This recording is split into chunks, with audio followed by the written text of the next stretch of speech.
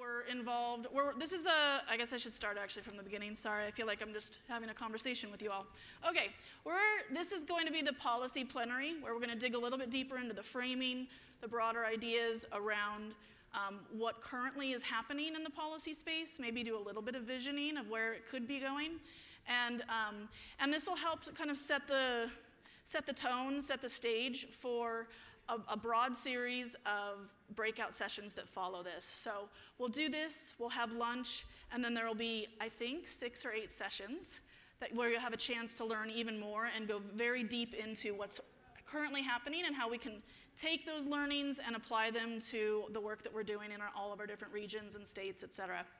So that's at a high level what we're doing, but we wanted to start this. Many of you were in the working session this morning, and we took some surveys as we looked and watched and had a conversation about specific people, specific individuals, community members who we would want to have access to basic income. You learned more, really kind of walked in the shoes of some folks, and then you made some decisions around policy. We're going to look at those data results in just a second. I'm going to introduce who's here. We'll look at some of those results, and then we'll maybe even integrate some of those results into our conversation. All right, here we go.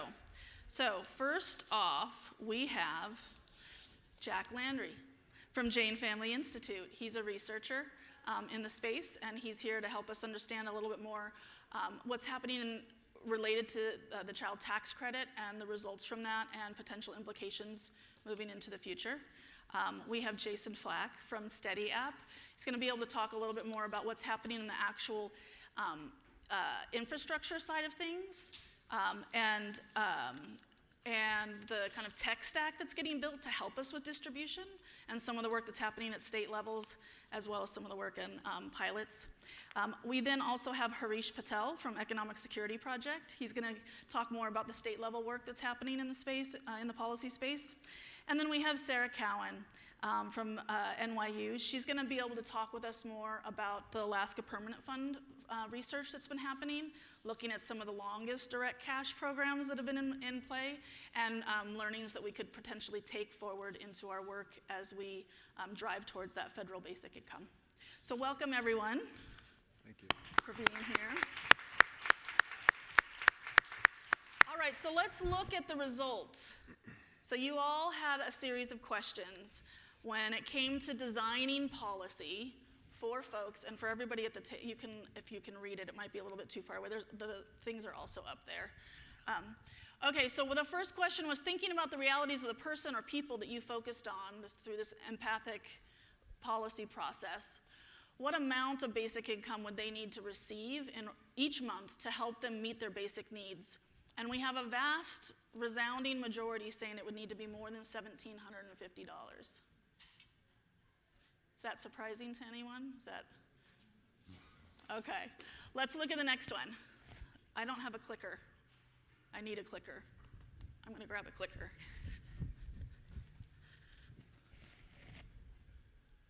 Okay, thinking about the needs of the person that you focused on, what do you think would be the most impactful distribution schedule?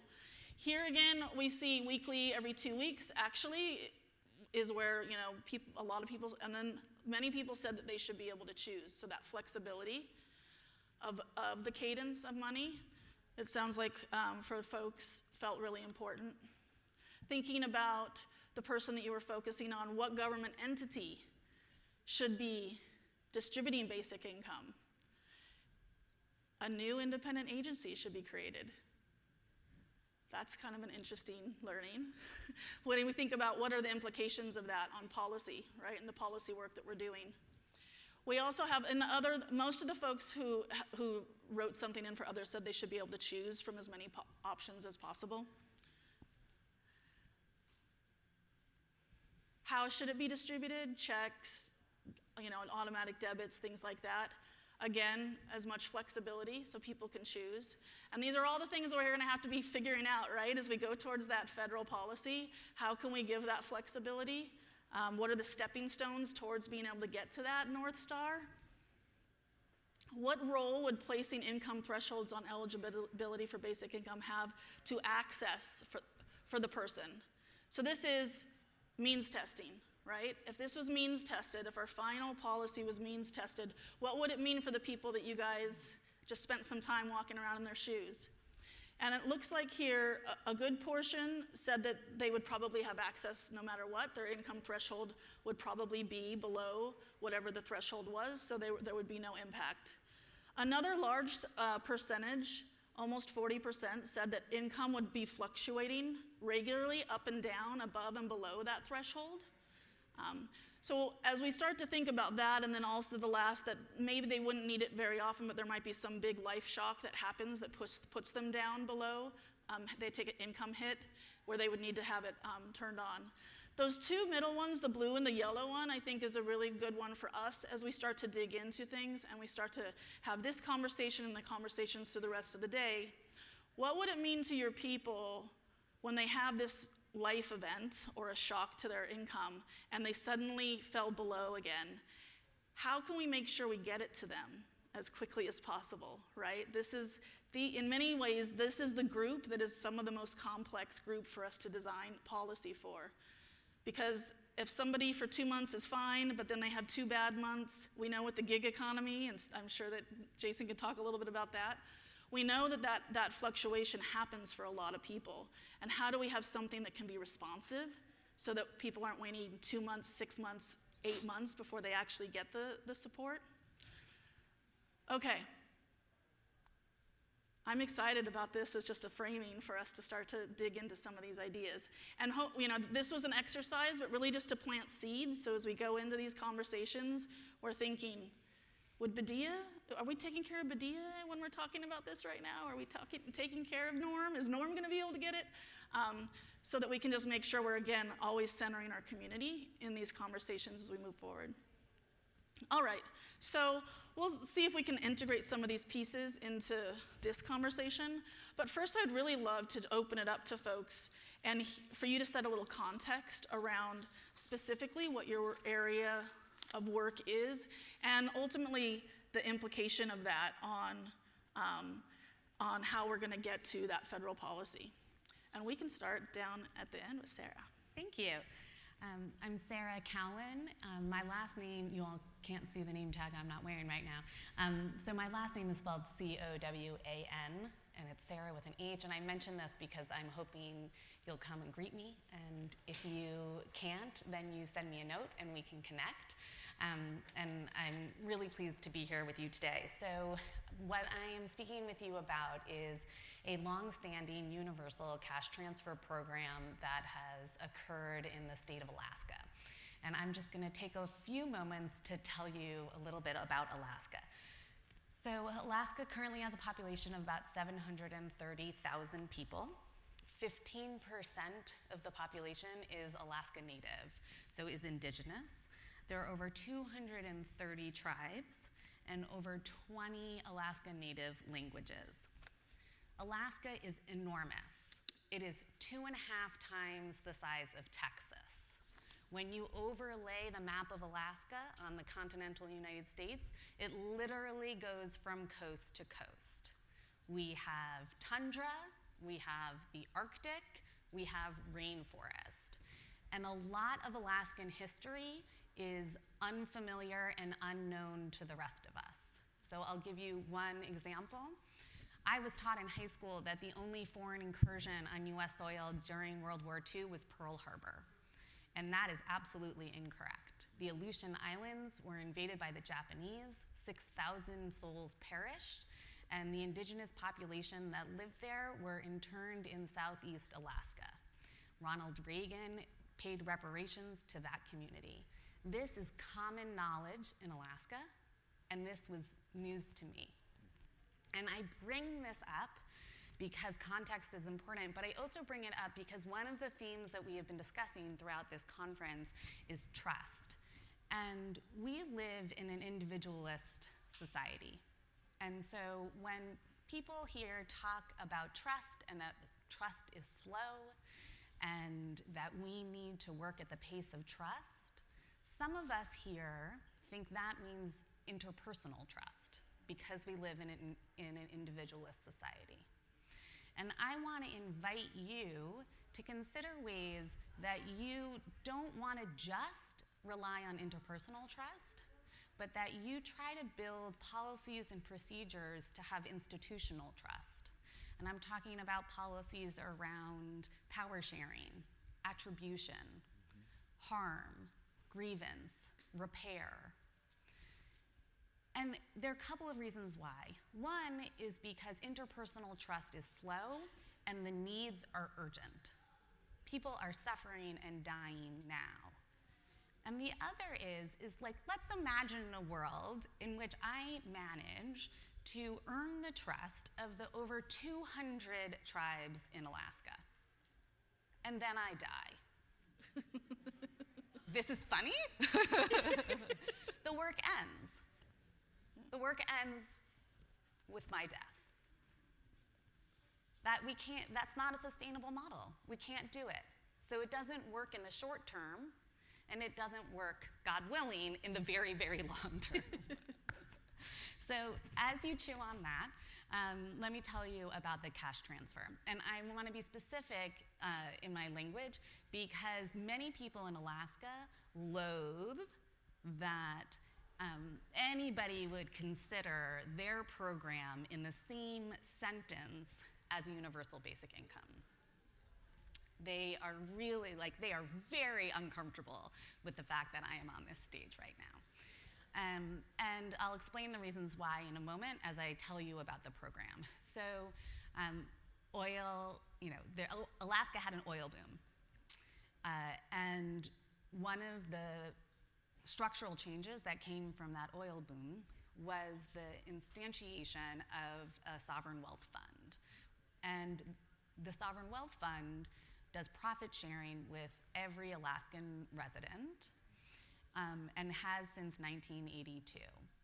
So every fall, every Alaskan resident gets paid a dividend, which is part of the revenue from that sovereign wealth fund. And the amount fluctuates year to year depending on the performance of the fund, but it, in many years for a family of 4, exceeds the value of SNAP and the Earned Income Tax Credit.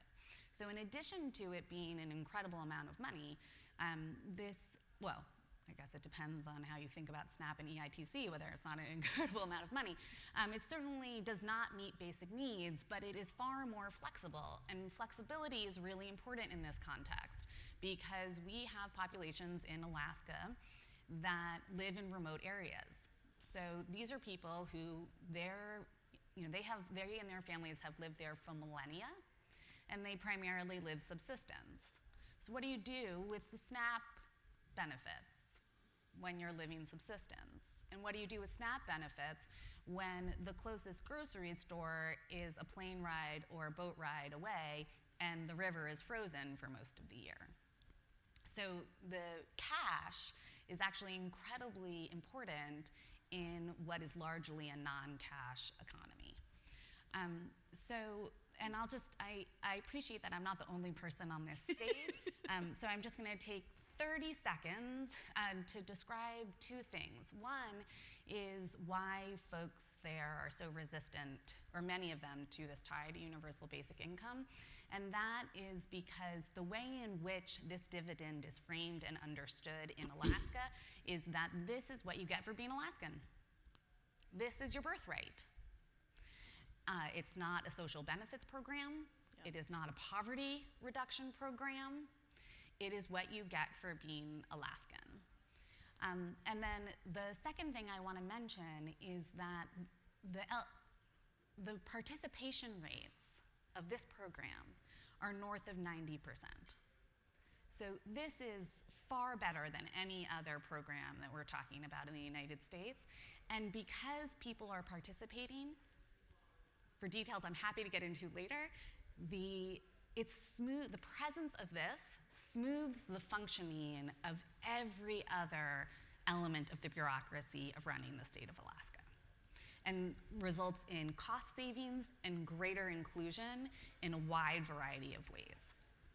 I love just, as you were speaking about the idea of this is a birthright, in Alaska, it just made me think of the result up there where folks thought that this needs to be a whole new entity that's created for distribution, and what the opportunity that creates for it to actually become a birthright dividend, or however, so that if it's not the CT, a tax to the IRS, if it's not attached to some of these existing entities, then it doesn't bring doesn't have to bring some of the baggage or some of the preconceived ideas or relationships people have with it, and it could become something that cuts through and becomes just a birthright. So I hadn't even thought about it from that perspective, but I was like, oh wait, okay.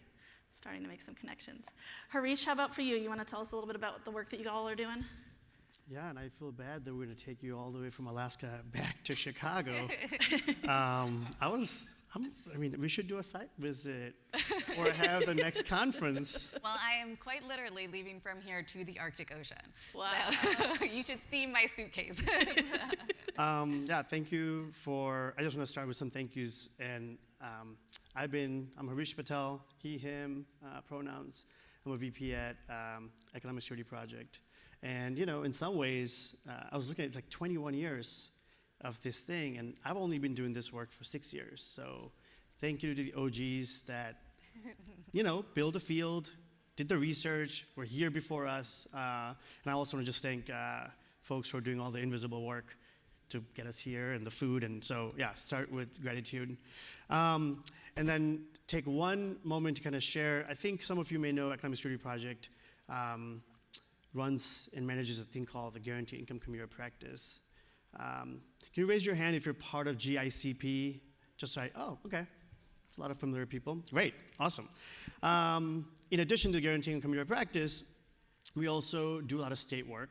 And a lot of this state work goes in everything from UBI to guaranteed income to child tax credit to the earned income tax credit to all of the things, because we think about sort of the whole economy approach, in the sense that we have learned that people who receive the funds probably don't care as much as what we call the thing as getting the money to live their lives, because they're whole beings, not worried about CTC versus EITC versus UBI versus GI. But I think they're interesting and important distinctions. My hope is that, as you were saying, that if we move, Alaskans will be very proud in 20, 30 years, if we win the movement, that there will be no UBI versus Alaskan dividend. Right. Everybody will get a dividend. Yeah. Or everybody will get UBI. And I think that's sort of like where our North Star is. And so Economic Security Project is very proud to sort of work with a very diverse audience of people who come to this from very different angles. I should wait for my state work. Sure. Yeah? Okay. Sounds good. I'll come back. Sounds good. Cool. Jason? Awesome. Also going to start with some gratitude. Stacy and the big team, I'm just going to give you a round of applause. You deserve it. For those that don't know Steady, my name is Jason Flack. I'm COO at Steady. We are a technology platform that focuses on improving the lives of non-standard workers. And by non-standard workers, I mean gig, contract, 1099, or non-W2. We started the company about 6 years ago hoping to increase their incomes. We wanted to make their financial lives better. How we did that, we used data. So we used their earnings data and we used their skills data. So if someone worked at 7-Eleven, we assumed certain skills they had. We showed them jobs in their area that earned more than what they were currently making, and we referred them to those jobs. Our way into cash assistance is kind of interesting because we kind of stumbled into it a little bit. It fits everything that we do as a mission-driven company, but we didn't realize just the importance of it. So I'm going to tell a little bit of a story. During COVID, March 5th hits, right, like you just saw in the video. And we had millions of workers that were connected to our platform. We have about 6 million today on the platform. At the time, probably a little bit like 1.5 million. And we saw in their earnings data that their income, we had tens of thousands of workers whose income dropped to zero overnight. And we were looking at this on the back end, and we didn't know what to do. We were frightened for them. We know that they were frightened for themselves. And so in about 3 weeks, we partnered with an organization out of Oakland called the Workers Lab. It's a terrific organization. And they had a bunch of cash that they were looking to get into people's hands. And we happened to have a direct connection to their bank accounts, to these individuals' bank accounts that were clearly qualified to receive cash because their incomes disappeared.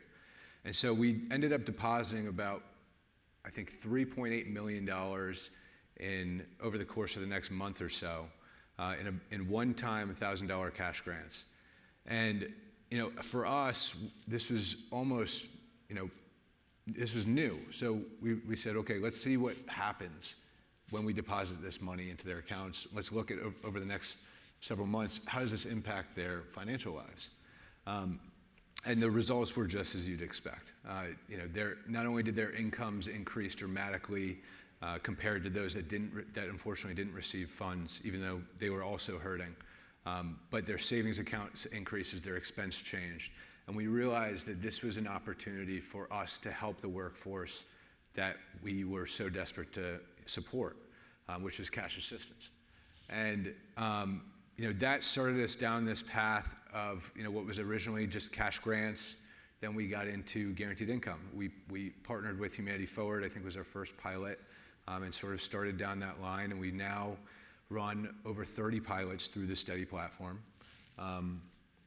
In a multifaceted approach, we onboard users, we distribute funds as they would prefer, so whether that's directly to their bank account, which we found tends to simplify the process, or through a debit card. We still have trouble with those that are unbanked, but I think we can talk about that a little bit. And we also have this ability to measure the impact of those funds on an individual's financial lives, not only from an expense level, but also from an income level and a savings level. And then lastly, we also are working on qualification too, which seems to be a recurring, I wouldn't say issue, but focus that a lot of programs are tending to require these days, which is this person who they say they are? Do they make what they say they do? And we actually created a income verification platform to help qualify these workers for guaranteed income programs, and have actually, through this process, not only taken it to guaranteed income programs, but are also now working with state agencies through programs like SNAP, Medicaid, and UI to qualify these workers for public benefits. One thing that I think is so important, we've been spending all this time in the community space thinking about the individuals, and what I think is really fascinating about what you're doing at Steady is that you have 6 million members, which is more than a lot of states, certainly more than in Alaska. I can't remember how many states, but it's more than 20% or 30% of the states in our country. And ultimately, the fact that you are starting to work at state agencies, you're actually starting to understand the quagmire of painful, antiquated technology that our government system uses. Oh, yeah. And finding ways to figure out how to connect to those folks, but also that everything is done through the focus of your members. Members get to choose what data gets shared, they get to package it all up, and then they get to say, I want this to go to Mississippi SNAP, and the verification happens instantly. Instant. And we're talking about 1099 workers, which if everybody here I'm sure knows how long it can take for people to get access and verified to actually be approved for some of those things. So all that learning about how do we actually bring that into policy is really kind of fascinating. Awesome. Okay, Jack, how about you? Well, thank you so much for having me, and thanks so many people in the audience. It's great to see the conference growing so much, even though it's a little intimidating up here on stage.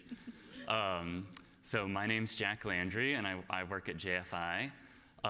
We do a lot of cool work on guaranteed income that I'm only involved in a sliver of, for instance, We advise on dozens of pilots and are running research in Compton, California right now, where a pilot is varying the frequency of guaranteed income payments.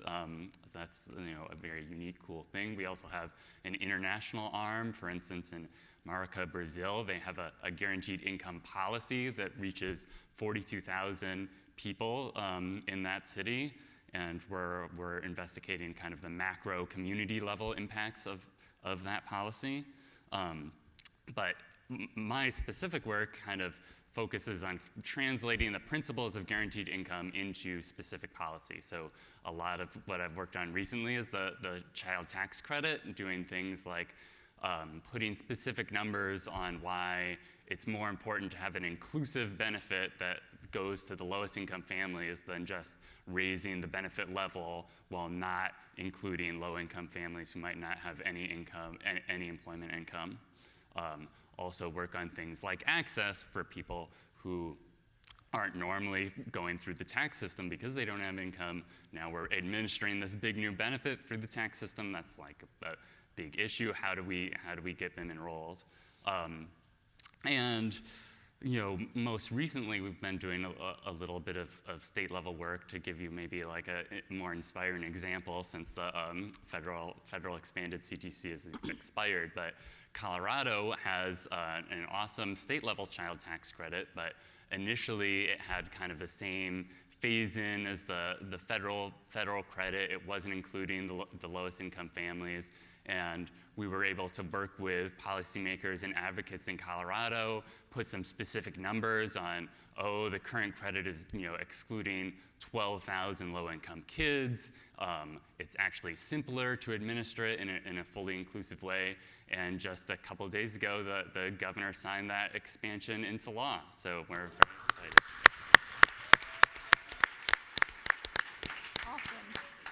That's awesome. So I would love to understand, we're about, like I said, to go out and really dig deep into the policy space. Coming from the perspective of the work that you or your organization is doing, what's maybe a couple of things that you're working on that you feel are really critical to the roadmap of policy that we're all on? Like, what are things that you would want to make sure are working well, or key learnings that we want to carry forward as we continue down this roadmap towards that North Star policy? And this is a conversation. I'm not going to call on anybody. If you want to speak. Sure, I can start. Our Economic Street Project, the theory of change that we're working with is, our work is to kind of take ideas from the margins and make them mainstream. And sometimes what that looks like is you sort of provoke ideas like guaranteed income, but then you end up with the win on child tax credit. And that all of that for us counts as sort of winning. Yeah. And that provoking, then legitimizing some of those ideas, and then actually winning the policy, each of them are like, that's what this room in some ways represents. Yeah. Some of that theory of change then sometimes means that you got to have timelines. So we kind of put up a 10-year plan, but the 10-year plan does think about, okay, the first step is probably going to be, in this day and age, in this political climate, that we probably have to double, triple the amount of child tax credit states in America. Because those folks who experience getting cash into their households then become champions of. We continue to receive it. And that if we can't let people touch and feel this now, it's going to be really hard to get them to speak up while we build institutions and tools to deliver that cash. For us, we would love it for the government to do it because we're paying them taxes and they should work for us, while other entities also work with them to deliver. And for us, like, we were really excited to see that we have doubled the number of state child tax credit. So at the beginning of the year, about 7 states had some version of child tax credit. And today, I was told it's at 13 states. Woohoo! And many of them that had them increased their amounts. And then many other ones gave out direct checks this year to their people, even if it's just one time. But each one of these things allows us to, if you're an organizer, this is your people to go organize. If you're a narrative change person, like, go and talk to them and then tell their stories. And so for us, our hope is that we can invest and resource each one of these aspects of sort of legitimizing the provoke part and then the winning part. And that's sort of how our state strategy works. The last piece that I'll add is we do think that there is a lot of space for what would be called as community-driven guaranteed income programs. There are a lot of pilots. Some pilots we'll just learn from, and that's really important. And then some pilots should become permanent. So an example for us, just because I'm very familiar with Chicago, I live here, we have folks who are really want to make sure that undocumented people get their cash because they've historically been left out. So we work with an organization called ICER that does that. You heard from Eat Chicago that wants to use the tools of guaranteed income, but frame it with the language of reparation and get America to finally do that, but we got to get the muscles of the administration ready. So those are all, in addition to sort of the policy stuff that we're talking about, for us, we think there is a space for what we would call as community-driven guaranteed income pilots that can become permanent, in addition to the child tax credit fights in states, in addition to the earned income tax credit fights, while we look at a long 10, 15-year plan to have a dividend like Alaskans get for all Americans. Awesome. Anyone else want to chime in on some of the work you're doing that is something we want to make sure we're kind of keeping track of for the roadmap we're on? I think I can speak a little bit to that. And so at Jane, we do like public opinion and narrative change work, but one thing we also focus on is just among sympathetic policymakers, making sure they think that guaranteed income is a policy worth pursuing, and similar policies kind of inspired by guaranteed income. And I think maybe we should take a moment to kind of, even though we have very far to go, and I don't want to understate that, we've also made a lot of progress in the last decade and last 3 or 4 years. To give just a couple of examples, like the expanded child tax credit would be a completely alien idea among Democratic policy wonks in 2016. Hillary Clinton was running on just phasing in the existing credit a little bit faster. Similarly, we had like these amazing economic impact payments this year that got access to cash to millions of Americans, and not only did those not have a work requirement. So when we did similar things during the Obama administration, during the Great Recession, there was a minimum earnings requirement for a lot of folks, and we also gave automatic payments through the tax system to a lot of low-income retired folks on Social Security income who aren't required to file tax returns. And that's like, we hear these things like, oh, administrative burden. Like, administrative burdens have been around for a really long time. But now there's like an academic consensus kind of against them, and that's being translated into policy in these kind of big wins. If we didn't automatically distribute that to low-income folks on Social Security, millions of those people would be totally excluded. There's definitely policymakers who are not sympathetic, and we're not gonna convince everyone, but it's important to kind of like consolidate a lot of what the academic research community has focused on and get that information to policymakers. Nice. I think at Steady, we specifically are serving on the pilot side, right? I mean, we're a little bit less on policy. So my view is probably a little biased. But we look at, one of the themes I've noticed at this conference, which keeps on coming up, is just the amazing work, Sarah, that you're doing in Alaska. And everyone keeps on referring to the Alaska program, right? Because you guys have done it so well, and it's been going for so long. I don't get credit for the program.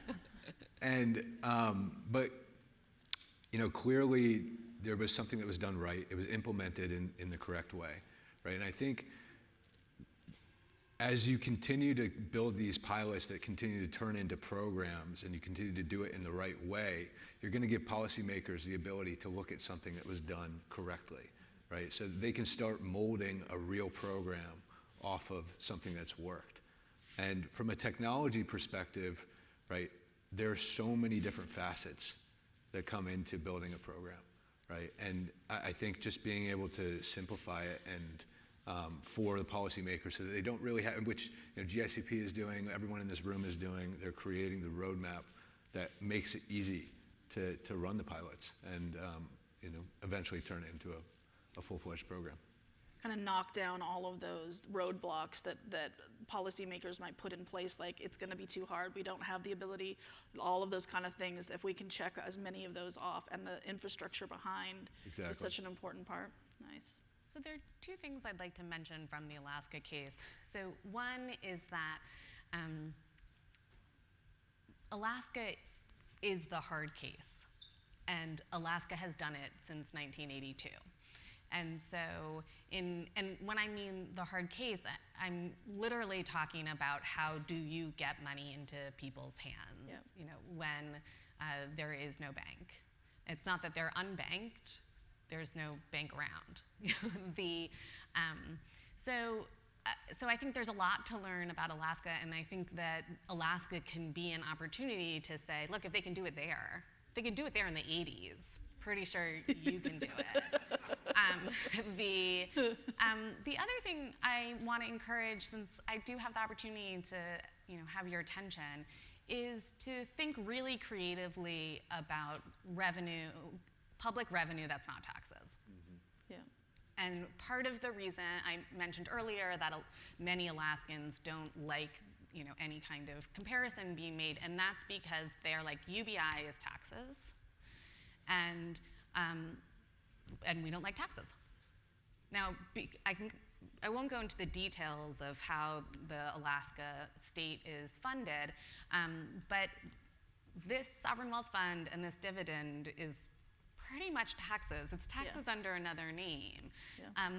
I have yet to hear any public debate, an election stump speech that talked about filing fees, or transaction fees, or so many other ways that we can generate money that doesn't have that lightning rod of taxes.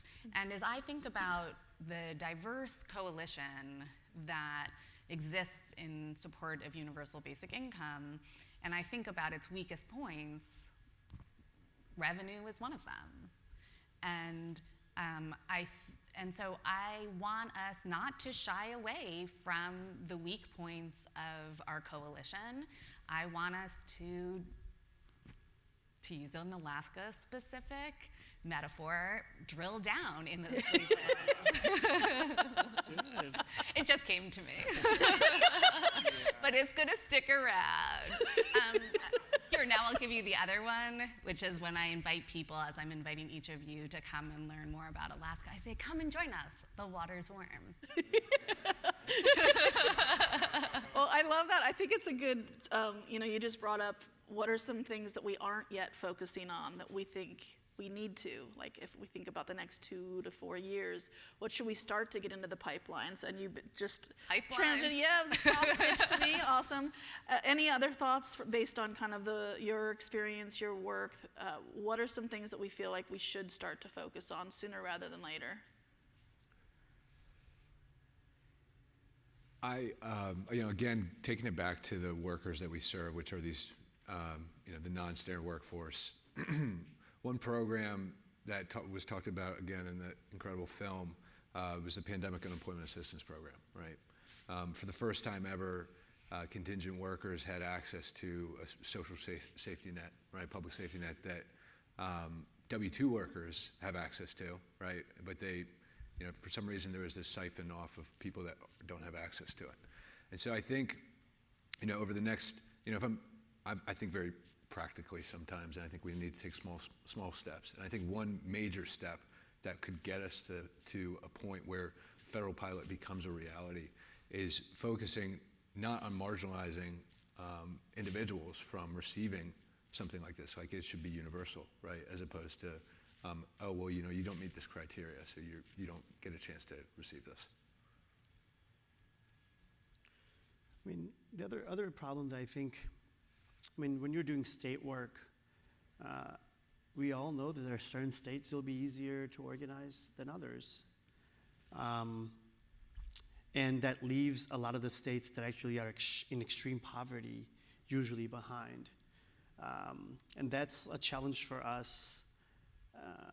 And you know, the easy answer is, let's pass, just to take an example, let's pass a national child tax credit, the one that we had for 6 months, and then it gets to everybody. That state by state usually means that certain parts of the Midwest and certain parts of the South are completely going to be forgotten. And that's very visible. We have a map that I was supposed to send you all, and we're supposed to put up, and I was going to talk through it. But I messed up. And, but like if you look at this map where all the child tax credit money went, and there are some exceptions, like Montana had a really good discussion about it, Nebraska, Idaho, so it's not like all of Midwest is out and all of the South is out. But it is moving forward in certain kind of states. What one would define politically blue and purple, and not moving forward in certain kind of states where there's extreme deep poverty. And so it means that we probably have to do and think through what could local organizing look like for there. And for us, I'm thinking around like Mississippi, we might not be able to change every legislator, but we have a really amazing opportunity in Jackson with Magnolia Mothers. And could that narrative allow to build a different kind of outcome? Because for me, I think you're right about the taxes. But I also think like we're not gonna find oil, and we don't want to find oil everywhere.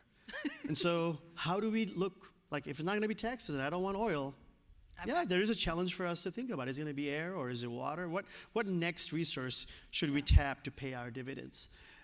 Could be data. And I think that challenge is not only for national, like I think that southern states, Midwestern states, we're gonna have to reframe this conversation. But there's a lot of learning to be done in these spaces. The last thing that I'm like challenged by is that we won on CTC and then we lost. Like we are all probably like in a place where we're all in agreement. But I think that we won really fast. Mm-hmm. And now are gonna come the attacks. We just lost on work requirements on a federal level.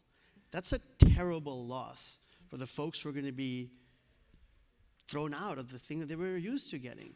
And that politically, I think, if we're taking stock, like I think politically, there's gonna be a lot of attacks on a lot of guaranteed income pilots that we're doing. Mm-hmm. There's gonna be a lot of proof points. And the 2024 election is going to be a test study on actually if our movement has matured at a place where political pressure can be put, that somebody could be, make it uncool to not be for CTC on both sides of the aisle. You know, we want to make it uncool that every state doesn't have a child tax credit.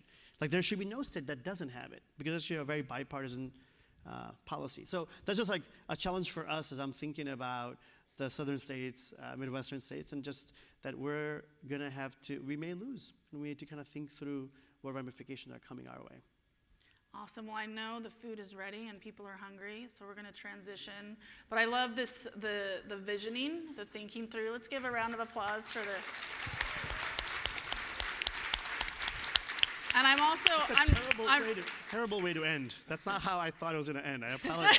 Sorry. There's so much good in the world. I know that, but I actually think it's, you know, we're going to go into going deep into these things. I think we're going to have a lot of conversations around in the near term what's happening and learnings and, you know, and all of those things. And I think these are really good seeds to plant of where are the opportunities to do some of this, the kind of current gaps in our work.